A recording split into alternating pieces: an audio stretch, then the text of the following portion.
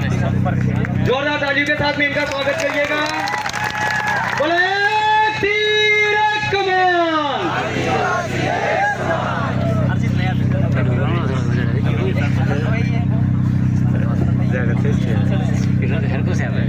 सबसे पहले मैं मेरे पुरखों को नमन करता हूँ। साथ में इस आरक्षण महारैली में शामिल हुए मेरे नौजवान युवा साथियों, इज्जतदार माताएं बहनों और बुजुर्गों, आप सभी को मैं मेरी ओर से जोहार करता हूँ। एक बार एक नारा लगा के शुरुआत करूँ कि जय जोहार का नारा है, जय जोहार का नारा है, लड़ेंगे लड़ेंगे। साथियों, आज आरक्षण महारैली की बात हो रही है। इस आरक्षण महारैली के अंदर हम लोग जो बारी बारी से अपने वक्ता आए थे, वक्तव्य दे रहे थे। 5वीं अनुसूची 244 से 1 इन सब के बारे में जानकारी दी जा रही थी। आरक्षण का मतलब हम हमारा हक मांग रहे हैं। हक हमारा सिर्फ नौकरी में आरक्षण की बात नहीं कर रहे हैं, जमीन के अंदर भी आरक्षण की बात कर रहे हैं, पानी के अंदर भी आरक्षण की बात कर रहे हैं। आरक्षण के अंदर इस इलाके के जितने भी बांध बने हुए हैं, इन बांधों का पानी दूसरे राज्यों में ले जाया जा रहा है। इन बांधों का पानी यदि हमारे इलाकों को मिलता है तो आज बहुत बड़ा पलायन गुजरात और मध्य प्रदेश के अंदर हो रहा है, हमारे राजस्थान के अंदर हो रहा है। यदि पानी मिलेगा तो खेती की सुविधा बेहतर होगी, और खेती की सुविधा बेहतर होगी तो रोजगार मिलेगा। एक आरक्षण इसकी भी बात हो रही है।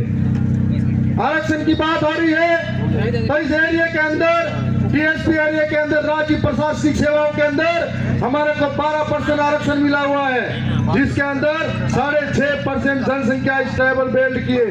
और हमको इसमें प्रत्येक आरक्षण नहीं मिला हुआ है, जिसकी बदौलत यहाँ बैठे तमाम जो बेरोजगार युवा है उनके अधिकारों पर चोट होती है। और हर बार आरएस भर्ती के अंदर, चाहे वो 5 बार लगातार की आरएस भर्ती के अंदर हमारे साथ सबसे बड़ा कुटारा घाट हुआ। और हम लोगों का एक एक व्यक्ति आज तक सिलेक्ट हुआ। यदि आरक्षण के हिसाब से होता, हम लोगों की नौकरियां कोई और नहीं खाता, तो हमारे 100 लोग कलेक्टर बनते, डीएम बनते, एसडीएम बनते, थानेदार बनते, तहसीलदार बनते। तो इसकी पैरवी नहीं हो पाई। और साथ ही आज नौजवानों के साथ में सबसे बड़ी मांग है, यहाँ से जितनी भी भर्ती होती है, हम लोग आर्थिक रूप से कमजोर हैं, इतने सक्षम नहीं है कि जो अमीरों के बच्चे उनसे मुकाबला कर पाए।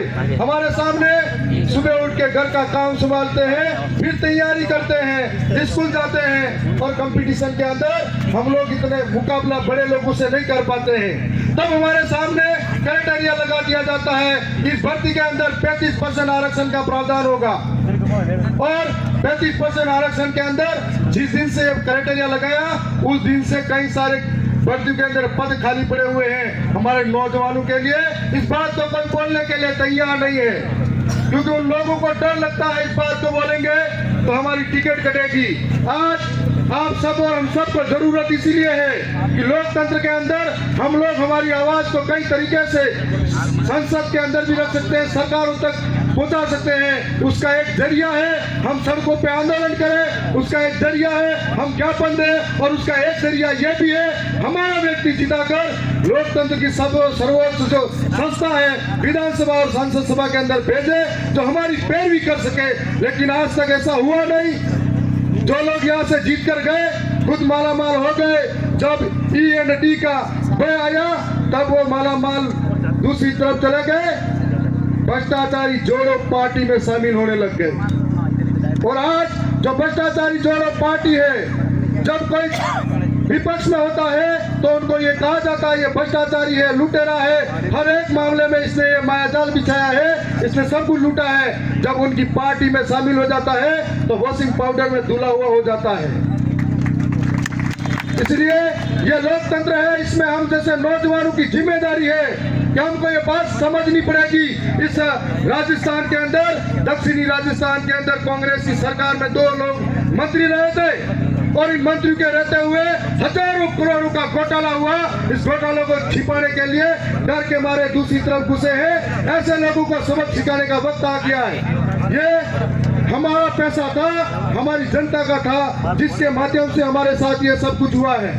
आज राजस्थान की विधानसभा के अंदर हम लोग 3 गए थे, आने वाले समय में हम लोग 4 होने वाले हैं, और एक हमारी स्वतंत्र आवाज जो बेबाक तरीके से कभी राजस्थान के विधानसभा में गूंजा करती थी, आप सब कमर कस लो, तैयार हो जाओ। आने वाले समय में दिल्ली दूर नहीं है, वहां पर कुछ पहुंचाना है, और दिल्ली के माध्यम से पूरे देश के आदिवासियों की आवाज बढ़ाने जाना है।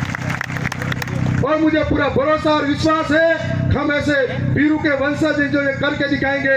अभी जो हम चुनाव जीते हैं या लड़े हैं, या जितने वोट भी आए हैं, बिना दारू पैसों से आए हैं। ये हम सबके लोकतंत्र के अंदर एक ईमानदारी का परिचय है। आने वाले समय में ऐसा परिचय देना है। ये दोनों पार्टियां इतने दिन एक दूसरे को आई बाप कर रही थी, अब दोनों एक हो रही है, और पंजे से कमल खिलाने की कोशिश करी है, लेकिन उस कमल पे हमारा हॉकी स्टिक भारी पड़ना चाहिए। ये काम हम सबको करना है। बोलो, आप सबका धन्यवाद, जोहार करता हूँ। धन्यवाद।